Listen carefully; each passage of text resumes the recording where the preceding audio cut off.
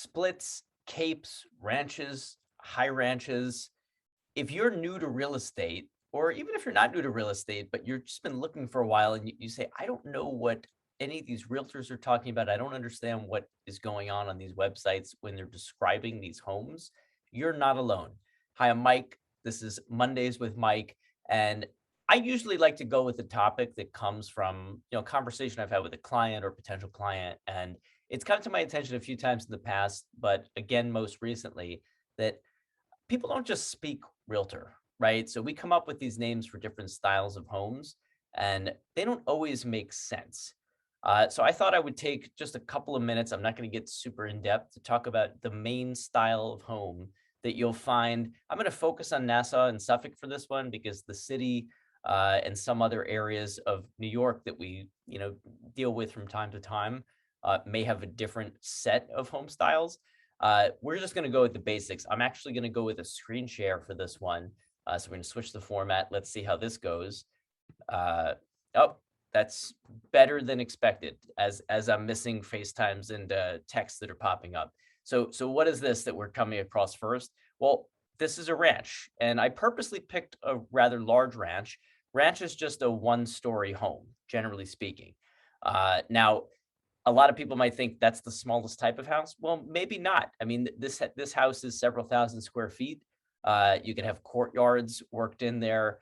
They can be set on large properties. You have the area to build. So ranch doesn't necessarily mean small. It just, for the most part, means one level. These are great for people who don't want to have stairs in their life. So let's now, hopefully this pops up right on top. Perfect. What's a high ranch? This is a high ranch. Okay. And I know that I'm not showing floor plans. I don't want to get too complicated.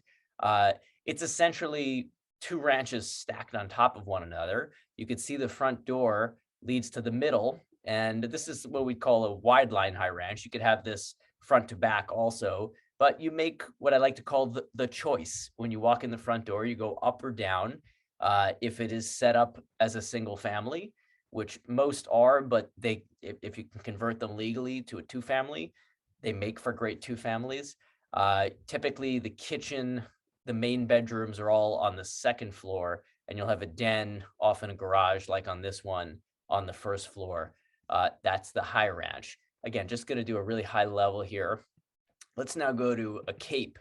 And I don't know that this is so common in other parts of the country outside of the Northeast, but basically picture a ranch with usually the staircase right in the middle. If you walked in the front door, the staircase would be right there.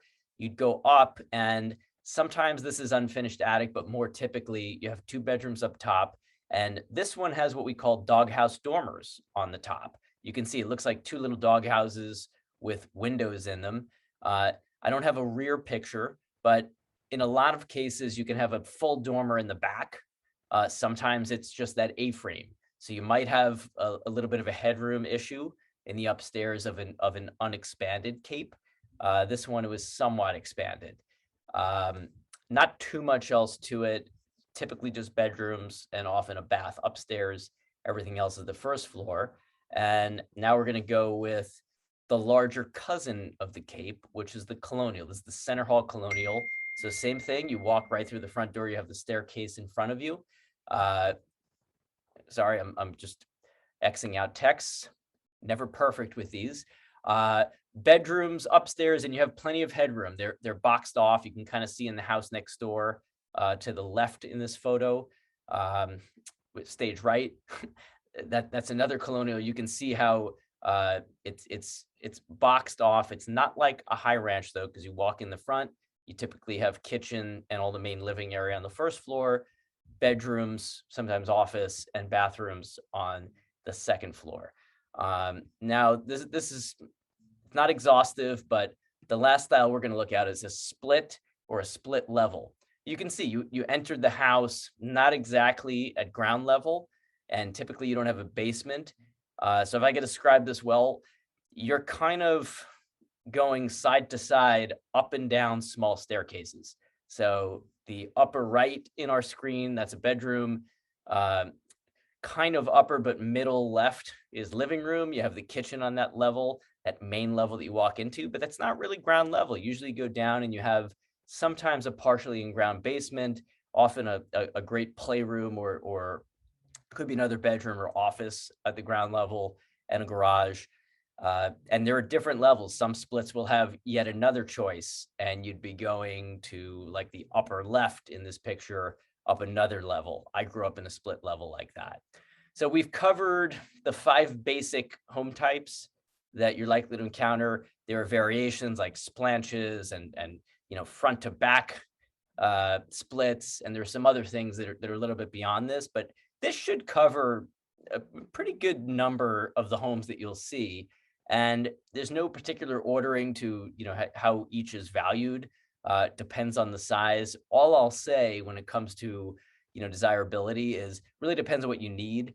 If you don't want stairs, a split level is probably your nightmare because you're making a choice pretty often and having to go down a few steps at a time. Um, I would say if you look around at what the new construction looks like, at least on Long Island, they're pretty much all colonials. You don't see a lot of new construction that consists of any other type of home. And what does that tell you? It tells you that you get the best return on investment if you're a builder, if you build a colonial. So take what you will from that. Just trying to get info out to you. I'm not going to attempt to, actually, no, I am going to attempt to stop screen sharing because I'd prefer to end it with you seeing my full face. Always looking for ideas. Obviously, this was a fairly simple one, but hopefully this helped someone out who wasn't really totally clear about these things. And if you're thinking, Mike, I could have just Googled this. Well, guess what? The person I was talking to most recently tried to Google it, and sometimes people don't put it in the best words, or the photos aren't so clear. Um, so if I saved you from a Google search and this helped you at all, uh, I'm grateful for you watching, and I hope it did. Didn't really know where I was going there. I'm just going to end it. Direct message me if you're on social and you have questions. Text, email, any other way if we know each other. If not, just reach out. Would love to address questions on this or anything else in the real estate space. Always looking to serve and answer questions. All right. Hope everybody's having a great Valentine's Day. Happy Valentine's Day. Maybe should have led with that. Take care. Sorry, I went longer than I hoped, but what else is new? Talk to you later.